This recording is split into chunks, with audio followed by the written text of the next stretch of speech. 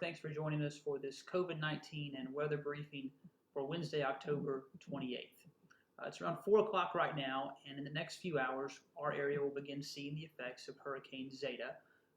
We believe that it's going to be we'll start seeing tropical force winds around 5 o'clock in the south part of the county, and that's going to intensify if it holds its current track throughout the evening, with possibly the peak happening between 8 and 10 p.m.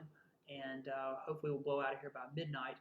But we can expect to see winds well over 40 miles an hour, possibly over 50 miles an hour sustained, and then gusts a lot higher than that.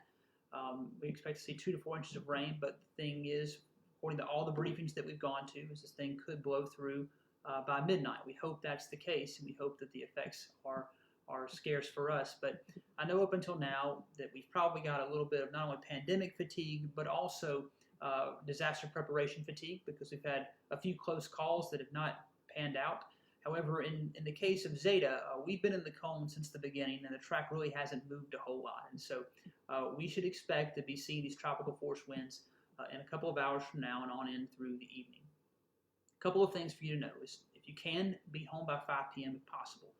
We have not issued a curfew. We have not told anyone they have to close. The city and the county both closed at 2 p.m. today. But we do encourage you, if you can, as soon as work is over, just go on home, because we want you off the roads. We want you to stay off the roads. Once the rain starts, once the wind starts, there's a good chance that trees are going to come down tonight. We really don't need people out getting stranded and forcing our first responders to get out and handle those situations. So if you can get home by 5 and stay off the roads, that really helps us out. Also want to encourage you to bring in any items that can be tossed around by the wind. When you start getting 40, 50 mile per hour winds and gusts, maybe up to 70 miles an hour or more, those can bring some things down. So all those really great Halloween decorations that we've been seeing on Facebook, you may want to bring those in.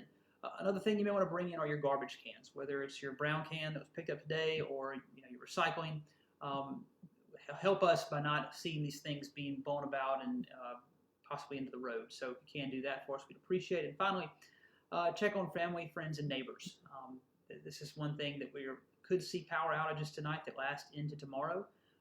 We hope that's not the case, but if so, please go ahead, charge up everything you need, and check on your friends and neighbors, make sure they are okay. If there is anything anything catastrophic that occurs, you can also join Hub Alerts. We send out emergency things that happen, as well as any sort of really important events that are going down. You can text HBERG to 888-777 if you've not already done so, and that way, if there is an emergency situation, we can let you know very quickly. All right, on to today's numbers. These are system-wide numbers. 76,115 tests have been conducted since the beginning of March for COVID-19. 7,715 of those have come back positive. Again, that's healthcare organization-wide: Forest General, Hattiesburg Clinic, Merit Health Wesley, Semri, and the Moffitt Health Center. 64,956 come back negative. Just over 500 tests are pending right now. In the hospital today, between Merit Health Wesley and Forest General, we have 48 people who are positive for COVID. That's about 5 over where we've been for the last 2 weeks. Another 2 under investigation. And of those 48, 19 are in the ICU between our 2 hospitals right now, which is about 4 over where we've been for the last 2 weeks.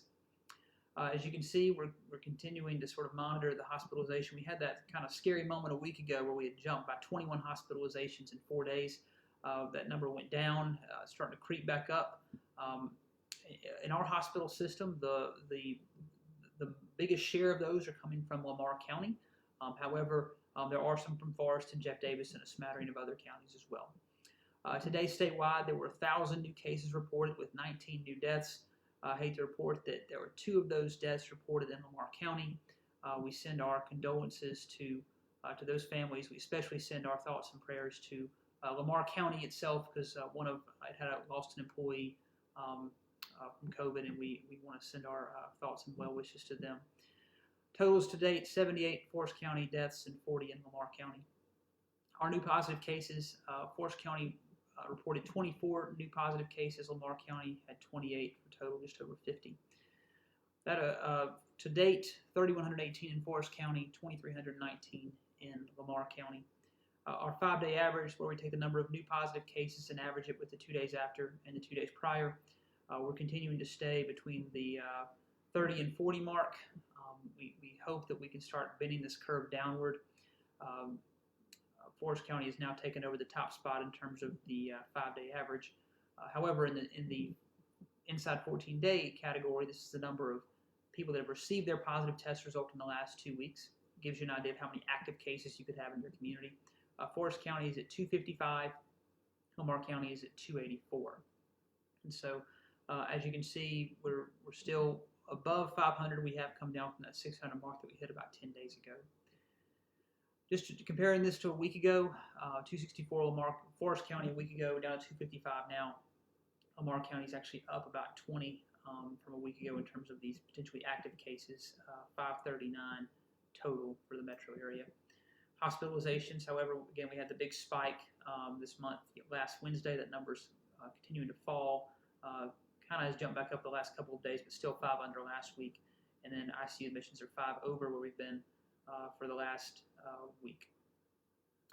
Our goals continue to be this: protecting the vulnerable, preventing overrun of the healthcare system by slowing the spread, and prioritizing public health while giving the private sector the space it needs to operate. I do want to mention that if there is an emergency situation and we have to go out and we see people cleaning up tomorrow, please try and wear your mask. That's important, even in times of potential disaster and bad weather, that we continue to make good choices when it comes to just preventing COVID-19.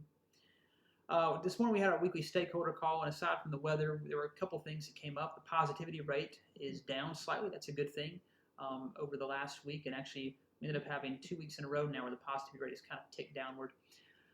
We're seeing, however, the average age go up slightly, and that's of concern, because typically if we can keep that average age down, you're less likely to see those numbers turn into hospitalizations and ICU admissions and other things. This is the first time this has happened from my knowledge since the pandemic began. Forest County Emergency Operations Center reported that the number of active cases, those inside their quarantine period, the number of those cases in the unincorporated areas of Forest County, meaning the outskirts of Petal or South Forest County or Raw Springs, Glendale, actually outnumber the number of cases in the city of Hattiesburg, and that has not happened. So one, kudos to the city of Hattiesburg for wearing your mask and socially distancing yourself, but for those that are in the outlying areas, those who, again, in the outskirts of Petal, Sunrise, Leeville, please remember to wear your mask. Try to avoid large crowds, socially distance yourself, because again, as the average age goes up, the number of new positive cases can turn into hospitalizations. And finally, kudos to our students at Southern Miss. The USM student cases are down. They actually had their best week at the Moffitt Health Center that they've had since they started in-person classes in September. So thank you, Southern Miss students. All right, just to close out again, in the coming hours, it's 4:10 right now, we're going to start seeing the effects of this tropical system, and it'll probably be a tropical storm by the time it gets to us. However, we could see some pretty intense winds. So if you can get home by 5 o'clock, please do so. Stay off the roads. And I know that I don't have to say this, because if you're watching this briefing, you're obviously, most of you, make wise decisions. But I will give you the rule that we always talk about when there's a natural disaster coming, and that is, don't do dumb things. Don't get out on the roads. Don't go out and try to experience what a 40 or 50 mile an hour sustained wind feels like.